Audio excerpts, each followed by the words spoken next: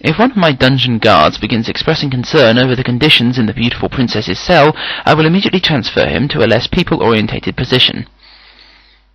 I will hire a team of board-certified architects and surveyors to examine my castle and inform me of any secret passages or abandoned tunnels that I might not know about.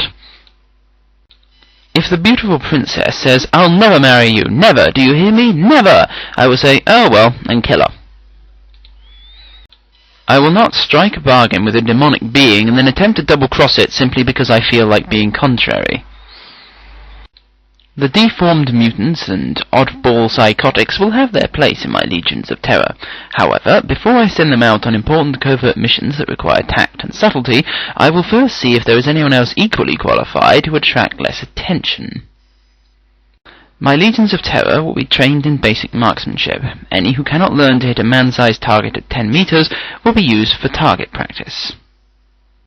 Before employing any captured artifacts or machinery, I will carefully read the owner's manual.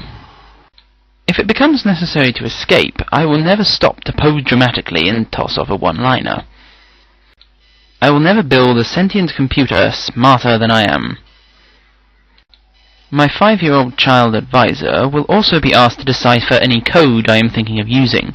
If he breaks the code in under 30 seconds, it will not be used. Note, this also applies to passwords. If my advisors ask, "Why are you risking everything on such a mad scheme?" I will not proceed unless I have a response that satisfies them. I will design fortress hallways with no alcoves or protruding structural supports, which intruders could use for cover in a firefight.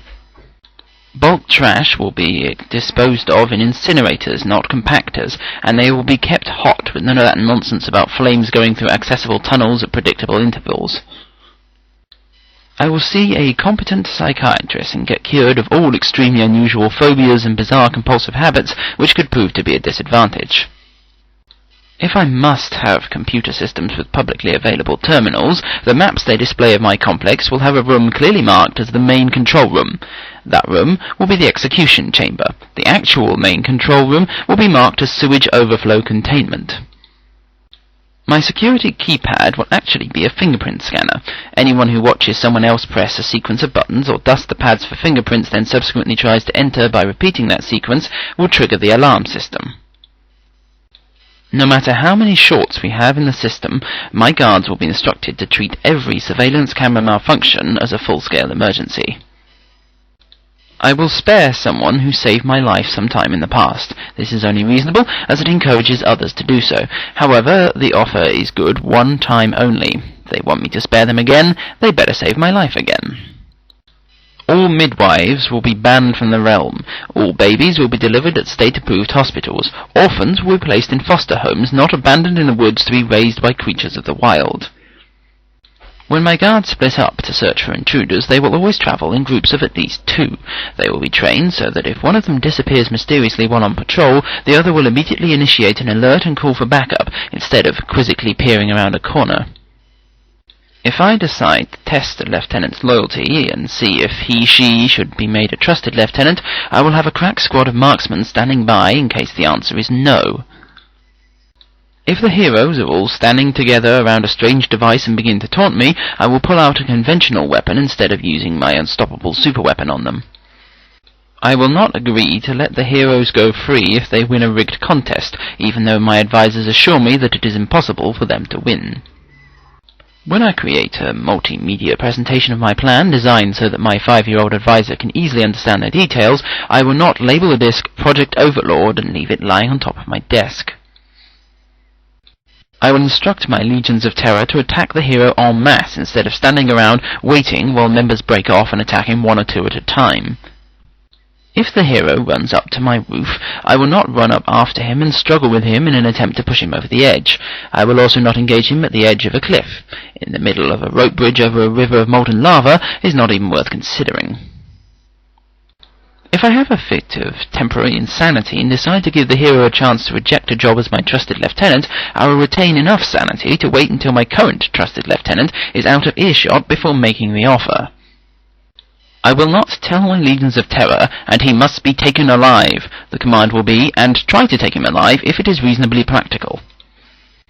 If my Doomsday device happens to come with a reverse switch, as soon as it has been employed, it will be melted down and made into limited edition commemorative coins. If my weakest troops fail to eliminate a hero, I will send out my best troops, instead of wasting time with progressively stronger ones as he gets closer and closer to my fortress. If I am fighting with a hero atop a moving platform, have disarmed him and am about to finish him off, and he glances behind me and drops flat, I too will drop flat, instead of quizzically turning around to find out what he saw. I will not shoot at any of my enemies if they are standing in front of the crucial support beam to a heavy, dangerous, unbalanced structure. If I'm eating dinner with a hero, put poison in his goblet, then have to leave the table for any reason, I will order new drinks for both of us instead of trying to decide whether or not to switch with him. I will not have captives of one sex guarded by members of the opposite sex.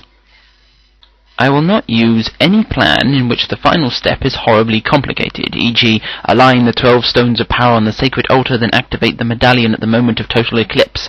Instead, it will be more along the lines of push the button.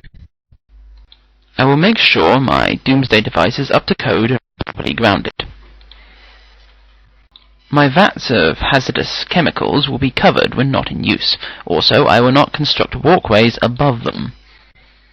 If a group of henchmen fail miserably at a task, I will not berate them for incompetence, then send the same group out to try the task again. After I capture the hero's superweapon, I will not immediately disband my legions and relax my guard because I believe whoever holds the weapon is unstoppable. After all, the hero held the weapon and I took it from him. I will not design my main control room so that every workstation is facing away from the door. I will not ignore the messenger that stumbles in exhausted and obviously agitated until my personal grooming or current entertainment is finished. It might actually be important. If I ever talk to the hero on the phone, I will not taunt him. Instead, I will say that his dogged perseverance has given me new insight into the futility of my evil ways, and that if he leaves me alone for a few months of quiet contemplation, I will likely return to the path of righteousness. Heroes are incredibly gullible in this regard. If I decide to hold a double execution of the hero and an underling who has failed or betrayed me, I will see to it that the hero is scheduled to go first. When arresting prisoners, my guards will not allow them to stop and grab a useless trinket of purely sentimental value. My dungeon will have its own qualified medical staff complete with bodyguards. That way, if a prisoner becomes sick and his cellmate tells the guards it's an emergency, the guard will fetch a trauma team instead of opening up the cell for a look. My door mechanisms will be designed so that blasting the control panel on the outside seals the door and blasting of the control panel on the inside opens the door, not vice versa. My dungeon cells will not be furnished with objects that contain reflective surfaces or anything that can be unravelled. If an attractive young couple enters my realm, I will carefully monitor their activities. If I find they are happy and affectionate, I will ignore them. However, if circumstances have forced them together against their will, and they spend all their time bickering and criticizing each other, except during the intermittent occasions where they are saving each other's lives, at which point there are hints of sexual tension, I will immediately order their execution. Any data file of critical importance will be padded to 1.45 megabytes in size.